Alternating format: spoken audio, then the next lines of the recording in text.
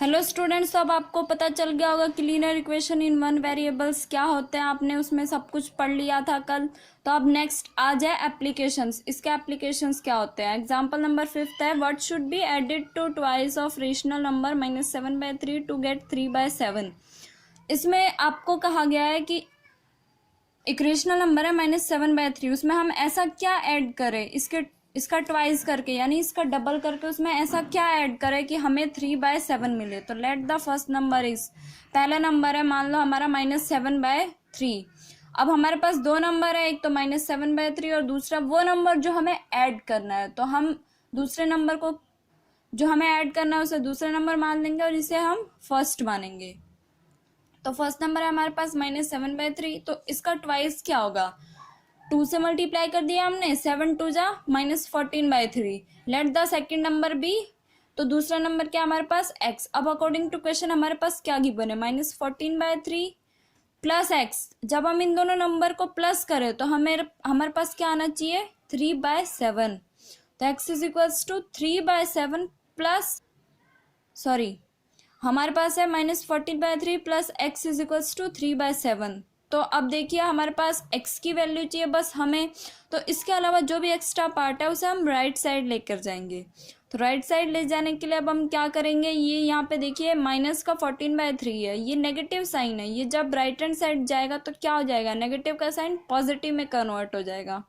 तो x is equals to 3/7 plus 14/3। अब देखिए हमें इसमें करना क्या है, हमें इन दोनों का एलसीएम लेना है। ये 7 और 3 का एलसीएम लेना है। तो एलसीएम लेके क्या आ गया, 7 3 से 21। अब इस 21 को हमें 7 से क्या करना है, डिवाइड करना है। जब हमने इसे 7 से डिवाइड किया तो हमारे पास आया 3। अब जो 3 आया उसको हम न्यूमरेटर 3 से मल्टीप्लाई करेंगे तो क्या आएगा, 3 3 जा 9।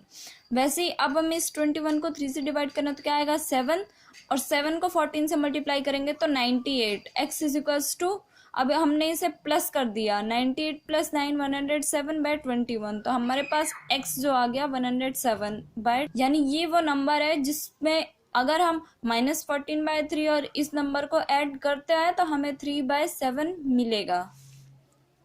उसके बाद एग्जाम्पल नंबर 6, इसमें आपको दिया हुआ the perimeter of rectangle is 13 centimetre and its width is 2 whole 3/4 centimetre, find its length. मतलब रेक्टेंगल की पेरीमीटर हमें दे रखी है 13 सेंटीमीटर और इसकी ब्रेथ दे रखी है 2 होल 3/4 सेंटीमीटर। तो अब इसकी लेंथ निकालनी है। तो सबसे पहले हमें क्या करना है, इसकी लेंथ को मान लेना है x। अब देखो इसकी ब्रेथ हमें दे रखी है 2 होल 3/4, तो 4 2 जा क्या हो जाता है 8, एंड 8 में जब 3 ऐड करेंगे तो 11/4 सेंटीमीटर हो जाएगा। तो पेरीमीटर ऑफ रेक्टेंगल क्या दे रखा है हमें, 13 सेंटीमीटर। देखिए हमारे पास लेंथ है, ब्रेथ है, पेरीमीटर है। तो अब हम पेरीमीटर वाला फॉर्मूला यूज कर सकते हैं रेक्टेंगल के पेरीमीटर का। तो अब हमने वही फॉर्मूला यूज किया। पेरीमीटर ऑफ रेक्टेंगल क्या होता है हमारे पास, 2 मल्टीप्लाई लेंथ प्लस ब्रेथ। तो हमें पेरीमीटर ऑलरेडी सॉल्व करके गिवन है 13, तो हमने वो पुट कर दिया। उसके बाद 2 इंटू लेंथ दे रखा हमें x प्लस ब्रेथ हमने सॉल्व की थी अभी 11/4। अब देखिए 13 इज इक्वल्स टू 2 इंटू, हमने इनका एलसीएम ले लिया, हमारे पास क्या आ गया सॉल्व करके 2x प्लस 22/4।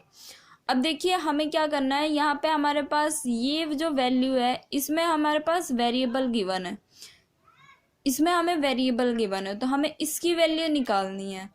इसके अलावा जो भी हमारे पास ये एक्स्ट्रा पार्ट बचा है इसे हम राइट हैंड साइड लेकर जाएंगे। तो राइट हैंड साइड ले जाने के लिए क्या हुआ, यहाँ पे प्लस का साइन था, अब हमें इसे राइट हैंड साइड लेकर जाएंगे तो ये माइनस का हो जाएगा।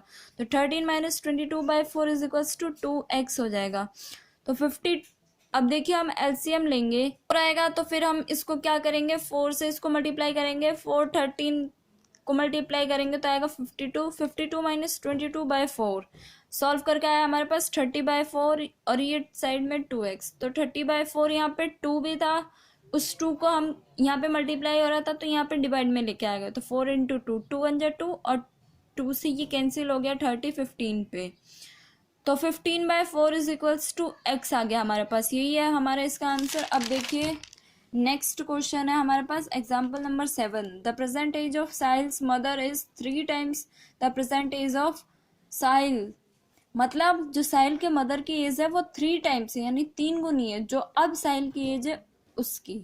यानी साहिल की जो एज अब है प्रेजेंट में है उससे उसकी मदर की एज 3 गुनी है। तो सब, और इसके बाद इसने कहा है कि आफ्टर 5 ईयर्स यानी 5 साल बाद उनकी एज का अगर हम सम करें तो वो है हमें 66 ईयर्स मिलता है। 5 साल बाद अगर दोनों की एज का हम सम करें तो हमें मिलता है 66 ईयर्स। तो अब हमें उनकी प्रेजेंट एज निकालनी है। तो सबसे पहले हम मान लेते हैं कि साहिल की प्रेजेंट एज x है, तो उसकी मदर की क्या हो जाएगी, उसकी 3 गुनी थी तो 3x हो जाएगी। आफ्टर 5 ईयर्स यानी 5 साल के बाद साहिल की एज क्या होगी, x+5 होगी, क्योंकि 5 साल बीत जाएगा ना तब तक, तो 5 साल और ज़्यादा हो जाएगा साहिल की एज, तो x+5। उसके बाद उसकी मदर की एज क्या होगी, वो पहले ही 3 गुनी थी, 5 साल बाद वो उसकी एज भी 5 साल बढ़ जाएगी, तो 3x+5। अब क्वेश्चन के अकॉर्डिंग देखिए, 5 साल के बाद की साहिल की एज और उसकी मदर की एज दोनों को हम प्लस कर दे तो हमें मिलता था 66। तो अब देखिए 5 साल के बाद ये साहिल की एज है x+5 और उसकी मदर की एज है 3x+5, दोनों को प्लस करके हमें क्या मिल रहा है 66। अब देखिए x+5, सबसे पहले हम दोनों के ब्रैकेट्स को रिमूव करेंगे। रिमूव करने के बाद ये हमारे पास x+5 प्लस 3x+5 हो गया। अब x एंड 3x क्या हो जाएगा 4x, और 5 एंड 5 10 इज इक्वल्स टू 66। अब देखिए यहाँ पे 4x जो है वो हमारा वेरिएबल वाला पार्ट है और उसके अलावा ये एक्स्ट्रा पार्ट है। तो ये जो एक्स्ट्रा पार्ट होता है इसे हम राइट हैंड साइड लेके जाते हैं। तो राइट हैंड साइड ले जाने के लिए देखिए यहाँ पे ये प्लस का साइन है, तो ये जब दूसरी साइड जाएगा राइट हैंड साइड जाएगा तो माइनस का 10 हो जाएगा, तो 66 माइनस 10। अब ये 4x है तो ये हो गया हमारे पास 56। अब देखिए हमें ओनली x की वैल्यू चाहिए, उसके साथ जो 4 है वो भी एक एक्स्ट्रा पार्ट है। तो इस 4 को क्या करेंगे हम, इसे भी राइट हैंड साइड लेकर जाएंगे, तो x इज इक्वल्स टू 56/4, क्योंकि ये यहाँ मल्टीप्लाई हो रहा था तो यहाँ आते ही डिवाइड हो गया। अब जब हम इसको डिवाइड करेंगे तो 14 आएगा, तो x की वैल्यू 14 आ गई। तो उसकी मदर की वैल्यू क्या, उसकी मदर की एज क्या थी 3x, तो 3x कैसे फाइंड आउट करेंगे, 14 × 3 क्या आ जाएगा 42 ईयर्स। तो साहिल की वैल्यू क्या है 14, तो साहिल की प्रेजेंट एज है 14 ईयर और उसकी मदर की क्या है 42 ईयर्स।